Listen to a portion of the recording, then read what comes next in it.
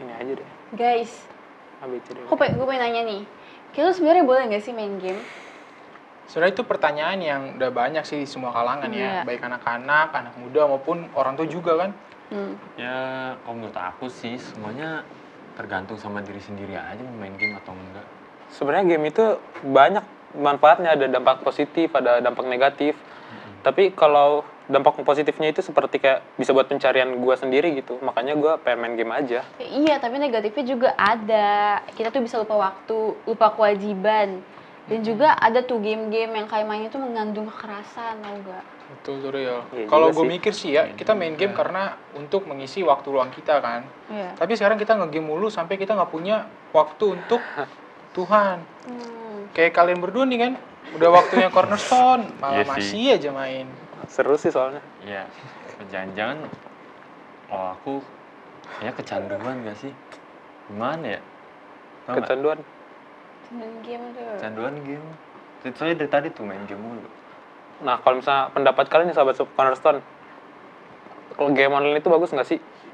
Nah, mungkin ada pertanyaan-pertanyaan dari unek-unek kalian mau kalian tanyakan. Aku mau jawab gini aja sih guys. Segala sesuatu itu sebenarnya diperbolehkan, benar nggak sih? Benar kan? Boleh. Benar, tapi bahkan segala sesuatu itu berguna. Segala sesuatu diperbolehkan, ya memang itu benar juga. Tapi bukan segala sesuatu itu membangun. Iya sih, cuman kan kalau di prinsip aku kan ya segala sesuatu yang aku bikin kan pasti aku pikirin. Ya itu mikirin bermanfaat gak untuk gimana aku, bermanfaat gak untuk orang lain, bisa membangun diri sendiri nggak? Ya kayak gitu sih. Nah, kalau gue sih sebenarnya main game ini cuma buat keuntungan diri gue sendiri ya. Walaupun sebenarnya mungkin ya bisa buat keuntungan orang lain juga. Jadi kayak sama-sama menguntungkan buat orang lain juga, bukan diri gue sendiri kayaknya. Bener juga sih. Waktu kita melakukan hal-hal ini kayaknya ini dosa nggak ya? Kayak ini kayak boleh nggak ya? Kayak abu-abu gitu guys. Ya, jadi semakin kita lakukan itu, kadang kita malah semakin jatuh, benar nggak sih? Dan bukan kita aja yang jatuh, kita juga dalam bermain game ini bisa mempengaruhi orang lain kan? Iya. Kayak ngajak mabar, Iya sih. mabar. Iya sih, kayaknya sih ya bener juga sih kalau misalnya dilihat-lihat ternyata kasihan juga orang tua kita kayaknya udah apalagi kondisi zaman kayak gini kan susah, orang tua harus kerja lebih keras, tapi kita malah main game, kita nggak menghargai waktunya ya gitu deh kayaknya sih. Ya, tapi sebaik apapun ya kita harusnya ngecek lagi apakah ini bisa bangun ya buat membangun karakter dan tabiat kita gitu atau apa. Nah, hal-hal seperti itu sebenarnya harus kita pertimbangkan juga sih. Mungkin kalian nanya kayak, aduh, gue udah terlanjur kecanduan main game nih. Bisa nggak ya sebagai pecandu game, bisa nggak ya gue lepas? Pasti sangat bisa teman-teman. Asal kita bisa membuat keputusan kalau kita nggak bermain game lagi dan lebih memprioritaskan apa yang kita inginkan. Iya, apalagi kita kan pelajar ya, harusnya kita Iya. prioritasinnya ya belajar. Ya bener sih, kita harus tahu prioritas utama, tapi ya prioritas yang terakhir juga biasa sih. Jadi iya, jadi semuanya bisa kita pilih-pilih kan karena kita kan manusia sempurna yang bisa berpikir. Jadi kita harus bisa tahu mana yang bisa membangun buat kita, bermanfaat buat kita dan mana yang bermanfaat buat orang lain. Ya, mungkin kita bertanya-tanya kan gimana sih cara berubahnya? Nah, Kamu harus berubah seketika juga, jangan ditunda-tunda. Kalau misalnya ada kegelisahan dalam hati kita, nyuruh kita berhenti, itu kita harus memilih antara malaikat atau iblis. Di situ kita harus memilih antara malaikat dan iblis. berat sih sebenarnya. Kadang tuh aku kayak ngerasa tuh ada yang bisik-bisikin gitu. Ya itu kayaknya suara Tuhan dari malaikat. Enggak, itu Kadang mungkin itu aku langsung stop. Peperangan rohani terjadi kali Iya. itu. Dan Kayak perang iya yang terlalu sih. sulit untuk dijangkau oleh mata manusia. Nah, iya itu. Bener. Pertanyaan mungkin. Pertanyaan yang masih ada, bagaimanakah kuasa Allah atau iblis dinyatakan oleh umatnya pada zaman di mana kita hidup sekarang ini? Nah, aku Jonathan, Aku Ludwig. Aku Aurel. Aku Andrew. di antara malaikat dan iblis, tetap di Cornerstone Connections.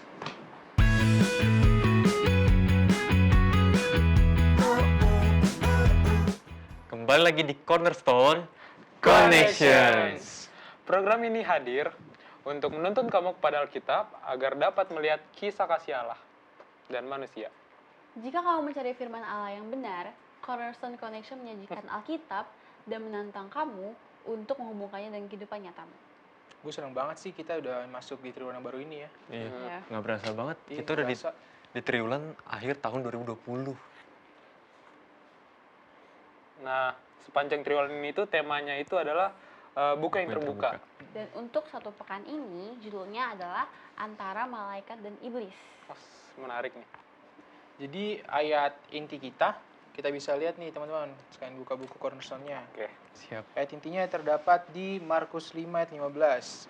Mereka datang kepada Yesus dan melihat orang yang kerasukan itu duduk, sudah berpakaian dan sudah waras, orang yang tadinya kerasukan legion itu. Maka takutlah mereka. Nah, sebuah kutipan dari Alpha dan Omega jilid 8 halaman 552, kita bisa lihat di buku cornerstone kita, dikatakan bahwa bukankah mujizat-mujizat dilakukan oleh Kristus dan rasul-rasulnya, juru selamat yang berbelas kasihan yang sama itu hidup sekarang dan ia tetap mau mendengar doa iman sebagaimana pada waktu ia tampak berjalan di antara manusia. Selanjutnya, yang alami bekerja sama dengan yang adikodrati adalah bagian dari rencana Allah untuk mengaruniakan kepada kita dalam jawaban kepada doa iman kita yang ia tidak akan berikan jika kita tidak memintanya. Nah, guys, kalian tau nggak sih, di Apa tuh? tahun 2007 tuh dilakukan survei oleh Survei. The Institute for Studies of Religion. Jadi Mantap. mereka tuh melakukan survei berapa persentase orang yang orang dewasa yang mengalami kejadian supernatural. Nih gue kasih tahu ya nih guys ya. Jadi 55% menyatakan mereka dilindungi dari bahaya oleh malaikat penjaga. 55, oke. 45% merasa dipanggil oleh Allah untuk melakukan sesuatu. Lumayan. 23% melaporkan bahwa mereka menyaksikan atau mengalami mujizat penyembuhan fisik. 20% lagi mendengar suara Tuhan berbicara kepada mereka dalam beberapa titik kehidupan mereka. Wah. Berarti lebih banyak yang menyatakan pelindungan Allah ya? Iya. Iya. Nah, by the way, dari yang tadi kita udah bahas nih, Nah, ya. ya kita adu pendapat lah ya. Oke. Nah, Pendapat apa tuh? ada nih nanti aku bakal bacain satu pernyataan, nanti kalian setuju atau tidak setuju, terus kasih pendapatnya sedikit aja kenapa kalian Oke. setuju atau tidak setuju, oke? Oke. Jadi pertanyaan ini, mengapakah menurut kalian kerasukan iblis lebih menonjol pada era perjanjian baru daripada zaman sekarang? Oke, ngerti? Oke, ini pernyataannya nih, kalian setuju atau tidak setuju?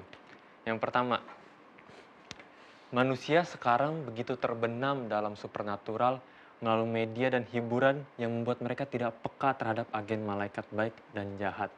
Jadi kalau misalnya zaman sekarang tuh manusia tuh udah supernatural karena udah ke bawah sama media sama hiburan gitu loh. Setuju atau nggak setuju nih? Dari Siapa? ya Jonathan. Jonathan. Setuju sih kalau aku. Oke, Kenapa? kenapa tuh? Kayak adik aku nih kan baru umur 3 tahun dan sekarang ini udah zaman teknologi karena dia udah kebiasaan nonton yang namanya horor gitu, horor. Jadi kalau aku nonton horor, dia takut banget gitu.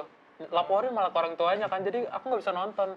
Jadi tuh relate banget kalau media itu bisa buat hati seseorang itu kayak Curhat. Oke, siap. ya Ya, Aurel lah, aku juga pengalaman. setuju sih. Karena media sekarang itu kan banyak yang nggak sesuai dengan jalan Alkitab dan apa yang kita pelajari di Alkitab gitu ya. Jadi karena kita ngeliatnya udah biasa ngeliat yang buruk-buruk, yang udah dinormalisasikan gitu ya. Gitu. Jadi kita nggak tahu lagi mana yang benar, mana yang nggak benar. Mantap. Andrew. Ya sama sih kayak kalian berdua. Sama. Udah diambil. Iya, diambil tadi yang Oke, ngomong jadi- kan. Nah, terus ya kayaknya intinya itu yang kalian tadi bilang bahwa setan sekarang udah nggak langsung ngerasukin tapi melalui media-media yang paling dekat sama kita ya, handphone, nonton TV. Oke, pernyataan yang kedua. Setan memilih bentuk kendali iblis yang lebih halus atau apatis. Jadi setan udah kayak tadi nggak langsung ngerasukin, tapi ngerayu-ngerayu kayak tadi tuh main game, yang ngerayu untuk iya. main game. Itu Nah, contoh. setuju. Ya gitu ya. Setuju ya. lah. Setuju. Udah lah ya, Sama ya, lagi. ya, siap. nggak bisa berpendapat karena itu gue sendiri. Nah, ini lagi. Manusia kurang awas terhadap kehadiran malaikat dan setan. Ngerti nggak? Malaikat pengawas. Jadi zaman sekarang tuh udah nggak terlalu menghiraukan si setan, begitu pula nggak menghiraukan Si malaikat. Nah, setuju nggak? Jadi sekarang tuh udah nggak terlalu ada yang kayak dulu Iya. lagi. Ya, Setuju, setuju ya. Setuju. Ego sendiri dong berarti. Kenapa? Maksudnya dia Kenapa tuh? nggak was-was. Heeh.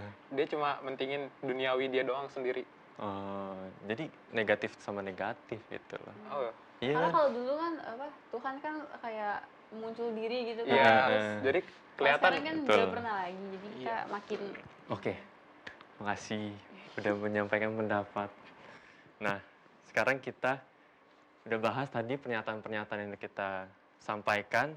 Terus pasti kita bertanya kan, apa hubungannya sama judul kita antara malaikat dan iblis? Mending kita diskusi aja deh sama pendeta gimana? iya. Iya, lebih enak. Biar nggak tambah bingung kan, kita Iya. diskusi sama pendeta. Iya, Tapi betul. mohon maaf nih, gue nggak bisa gabung. Ya. Ya udah lah. Jadi gue titip salam aja buat Pak Pendeta, oke? Oke. Siap, Oke, siap. duluan ya teman-teman Ya, semua. dadah. Hati-hati. Thank you Hati-hati. guys. Banyak ini. Oke, meskipun si Andrew kemana-mana, pemirsa jangan kemana-mana. Tetap di Cornerstone Connections.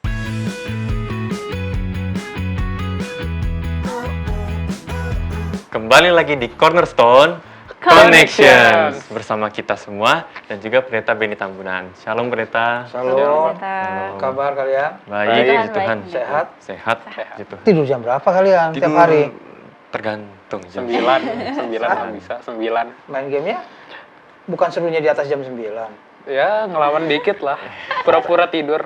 Tapi kelas tetap jalan kan? Jalan lah ya. Tapi tadi nggak kelas online, sebenarnya main game, Pak. Maafin mereka pendeta, mereka tuh suka nggak sadar.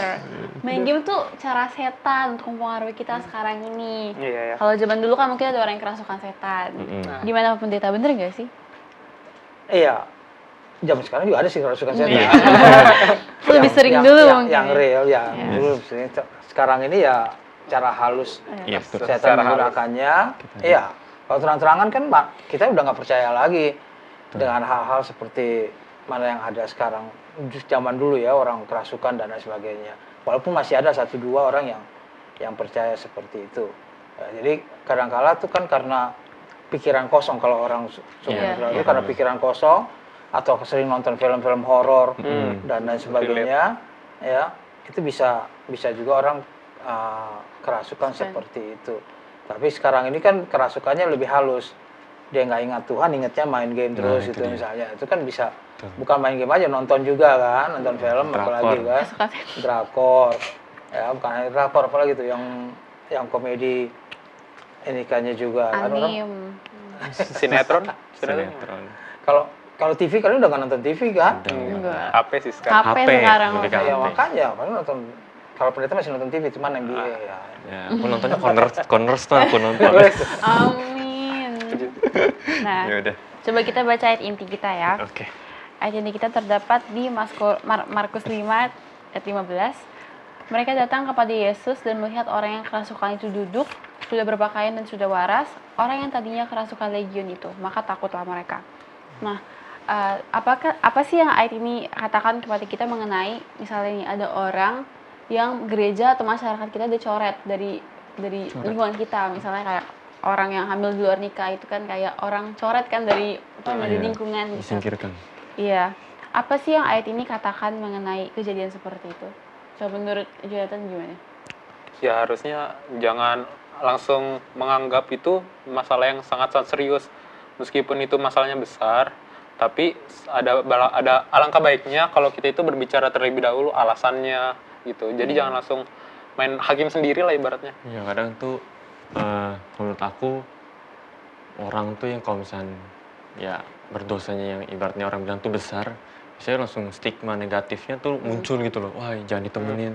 Sebenarnya sih kalau misalnya kita belajar Alkitab, kita lihat sebenarnya ya kayak dia tadi bener. Sebenarnya jangan dijauhin tapi ya kita rangkul. Kita rangkul aja gitu. Terus menurut kalian siapa yang seharusnya kayak nemenin mereka, narik mereka kembali ke lingkungan? Nah, siapa nih yang jawab?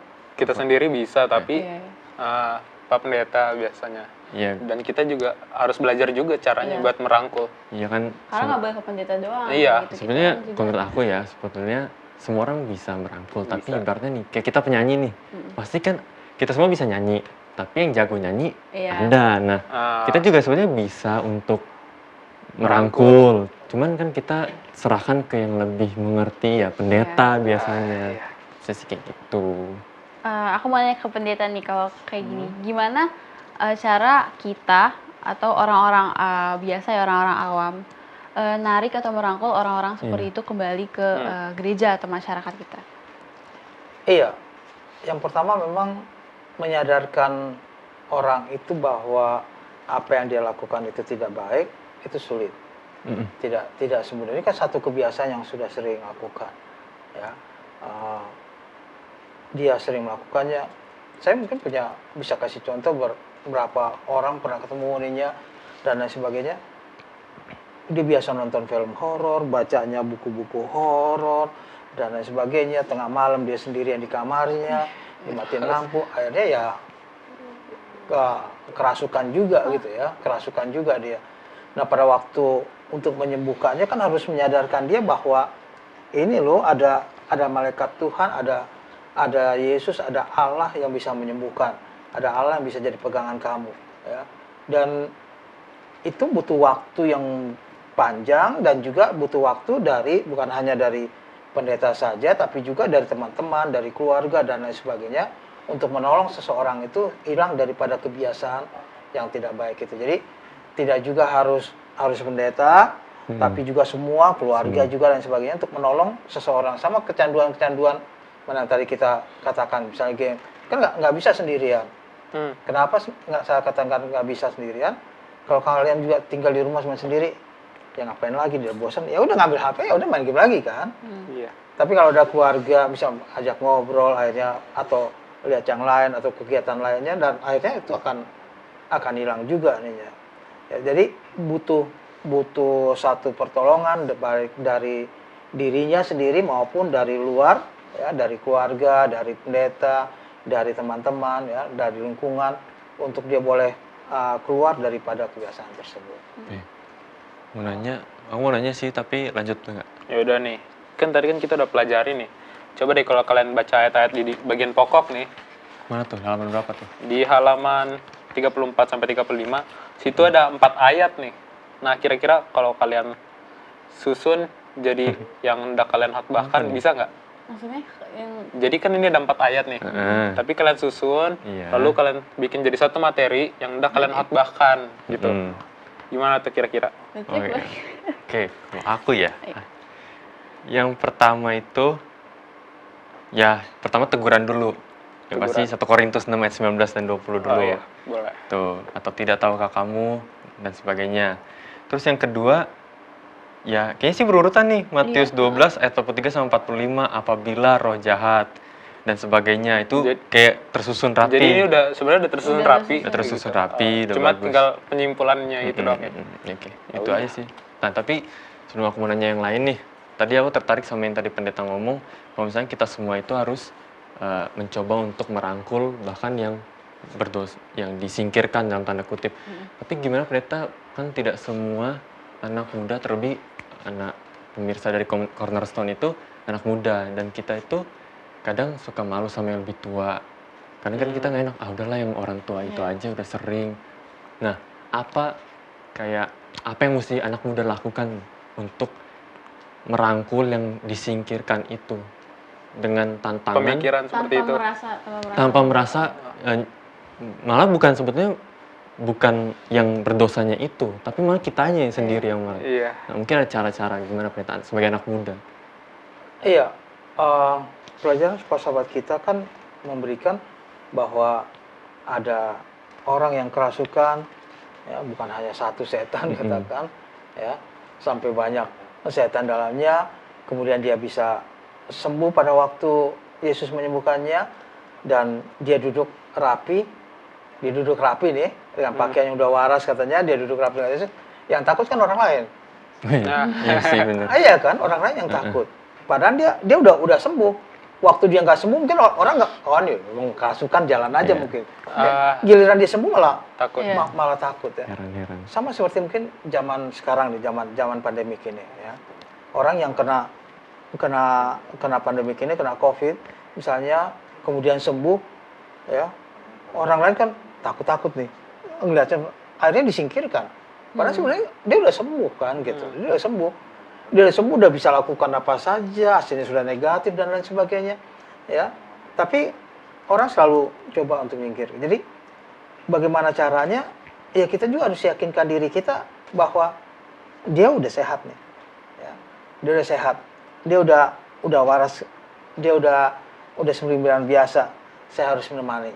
Pada waktu kita menemani, maka yang lain juga akan menemani.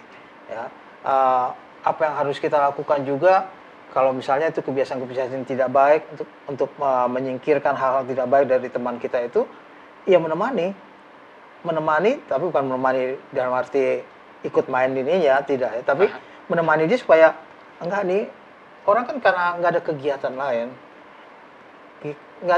lain, jadi pada waktu nggak ada kegiatan, pikiran kosong, ya. Kalau sekarang ya diisi dengan hal lain. Tapi kalau dia punya kegiatan lain, saya kasih contoh misalnya, ya kalau kita belajar sekolah sahabat seperti ini, kemudian kita rekaman dan sebagainya, kan kita punya kegiatan. Iya. Ya, otomatis kita nggak begitu banyak dengan hal-hal yang lainnya. Jadi membuat kegiatan yang positif itu akan mempengaruhi teman kita itu untuk berbalik melakukan hal-hal yang baik. Jadi tidak harus tuh yang tua aja lah, itu yang sini aja, ini tidak juga. Kita bisa melakukannya, entah apapun itu, sesederhana apapun itu. Ya, saya ingin bagi pengalaman sedikit. Siap. Saya ingat pada waktu SMA begitu masuk tiba-tiba kepala sekolah panggil saya dengan teman saya sekarang di Australia, dia dosen di sana sekarang, ya, panggil. Ada orang tua, ayah ibu, kemudian ada satu anak, ada lagi yang kecilnya, adiknya cewek. Ben sini sama teman saya juga. Kenapa Pak? Kita kaget nih dari kelas dipanggil. Ya, kenapa Pak? Ini temenin dua ini, ya. Apalagi yang ini SMA, adiknya SMP, dia nih temanin. Nah, Pak, Ibu, nah ini temannya. Ya, jadi saya teman berdua ini, jangan kemana-mana kalian ya, ikut dia, anak itu ikut mereka dua ya. Jadi ditemankan seperti itu. Jadi udah lewat beberapa waktu, Pak, kenapa saya sih suruh waktu itu? Orangnya begini, dia butuh teman yang buat kegiatan-kegiatan positif. Jadi kita tahu, oh rupanya begitu. Sekarang juga saya baru mengerti bahwa rupanya itu. Jadi kadang-kala kita bisa lakukan yang tanpa kita sadari sebenarnya untuk membawa teman kita untuk melakukan hal-hal yang positif. Jadi kayak lebih memperbanyak optimis dong daripada pesimis gitu. Tapi tertarik sih, apalagi. Tapi pendeta, pertanyaan terakhir nih, singkat aja pendeta. Tapi kalau misalnya kita ingin mendekatkan teman kita gitu, misalnya nih, berarti nggak usah dosa besar ya, disingkirkan lah. Kita mendekatkannya itu apakah lebih baik yang mana pendeta? Kita mendekatkannya secara rohani atau sekuler? Kalau sekuler kan bisa dengan cara, ayo men, ayo kita ke mall. Jadi atau, perlahan gitu berarti? Iya, maksudnya langkah dasar yang harus kita lakukan apakah sekuler atau yang secara rohani pendeta? Tergantung dia punya minat tentunya pertama. Kan kita nggak bisa juga, ini kita bisa nyanyi, kemudian dia nggak bisa nyanyi, ayo ikut nyanyi yuk. Oh iya benar. Dia benar ngapain? Dia ngapain gitu kan. Jadi tergantung dia punya minat, dia punya nikahnya. Jadi dekatkanlah dengan apa yang dia miliki dulu ya. Dia miliki, kemudian pelan bawa ya, pelan-pelan bawa kegiatan-kegiatan yang positif ya. Kalau dia tidak minat kan justru dia ngapain sih, enggak katanya. Langsung begitu kan. Iya. Tapi kalau dia minat, ayo walaupun kita nggak minat gitu. Jadi kita harus mengalah sebenarnya dulu ya. Jadi kita nggak minat sebenarnya tapi dia minatnya di situ. Ya udah ikutin dulu aja. Ya, ikutin dulu, kemudian baru pelan-pelan ke hal-hal yang positif lainnya. Jadi tidak langsung kepada apa yang kita suka, tapi kita mendekatkan diri kita ke orang tersebut supaya dia merasa bahwa saya diterima kok gitu ya. Saya tidak disingkirkan gitu loh. Saya tidak disingkirkan. Dia mau terima saya gitu ya. Sampai sekarang ada seorang yang ketemu dengan saya sampai sekarang kemanapun dia selalu mengaku begini. Ya. Saya dengan Bang Benny ini ingat terus. Kenapa? Waktu di Unai yang pertama-tama negor saya itu Bang Benny duluan baru masuk. Padahal saya sih ya mungkin hanya mau ngapain gitu ya, mau ini ya. Tapi dia ingat terus jadinya gitu. Sampai sekarang pun ketemu dia selalu ingat. Jadi tidak merasa sendiri, apalagi zaman orang-orang yang sekarang masih ada orang-orang yang kerasukan gitu ya, kalau pelajar sekolah sahabat kita, atau kecanduan. Kalau di lebih zaman sekarang kecanduan dengan game dan lain sebagainya itu ya pendekatan-pendekatan itu harus dilakukan dengan baik. Gitu. Oke. Menarik ya sebenarnya. Iya. Sebenarnya ada banyak lagi Banyak apa yang banget kita yang mau gali. Tapi kayaknya diskusi kita udah mau berakhir. Jadi mungkin pendeta bisa kasih kesimpulan dan juga bisa mendoakan kita. Oke. Bagi orang-orang muda dimanapun pada saat ini berada, pelajaran sekolah sahabat kita yang keempat memberikan kepada kita bahwa dalam cerita di Markus pasal yang kelima menceritakan bahwa Yesus sanggup melakukan apapun. Yesus sanggup melakukan apapun. Kalau kita mau datang, dia akan mengubah kehidupan kita, dia akan mengubah tabiat kita menjadi tabiat yang baik. Bahkan kalau sampai setannya bukan hanya satu, setannya banyak pun di tubuh kita. Yesus bisa mengusirnya, Yesus bisa mengubah kita untuk kita jadi orang yang baik dalamnya. Jadi antara malaikat baik dengan iblis, mari kita selalu mengikut pada malaikat yang baik, kepada Yesus dalam segala aspek kehidupan kita. Kita percaya bahwa dia akan melakukan yang terbaik bagi kehidupan kita. Kita tunduk kepala untuk berdoa. Bapa di surga, kami terima kasih atas pelajaran yang Tuhan berikan. Kami terima kasih atas diskusi kami pada saat ini. Kami menyerahkan seluruh orang muda ke dalam tangan Tuhan. Biarlah Tuhan selalu memberikan kemenangan demi kemenangan dalam segala pergumulan kehidupan mereka pada masa-masa sekarang ini. Kami berdoa bagi semua orang muda dimanapun mereka berada. Yang sakit Tuhan berikan kesembuhan, yang lemah Tuhan berikan kekuatan. Yang dalam kesusahan, dalam kegalauan mereka, dan mereka berseru kepada Tuhan. Kami mohon kiranya Tuhan mendengar seruan mereka, agar mereka pun senantiasa bersuka, bergembira dalam Tuhan. Memberkati semua orang-orang muda dalam kehidupan mereka. Ampuni segala dosa dan kesalahan kami. Karena kami berdoa dalam nama Anak Yesus Kristus Tuhan dan Juru Selamat kami. Amin. Amin. Oke. Itulah pembahasan pelajaran Cornerstone kita sepanjang pekan ini bersama sahabat-sahabat di studio dan juga pendeta Benny Tambunan. Terima kasih sudah menyaksikan. Semangat terus ya dalam mempelajari Alkitab. Buatlah sebuah ketetapan untuk membaca Alkitab kamu dari halaman ke halaman dan lihat sendiri apa yang terjadi di sana. Banyak sekali janji pengharapan yang Tuhan tulis buat kita semua.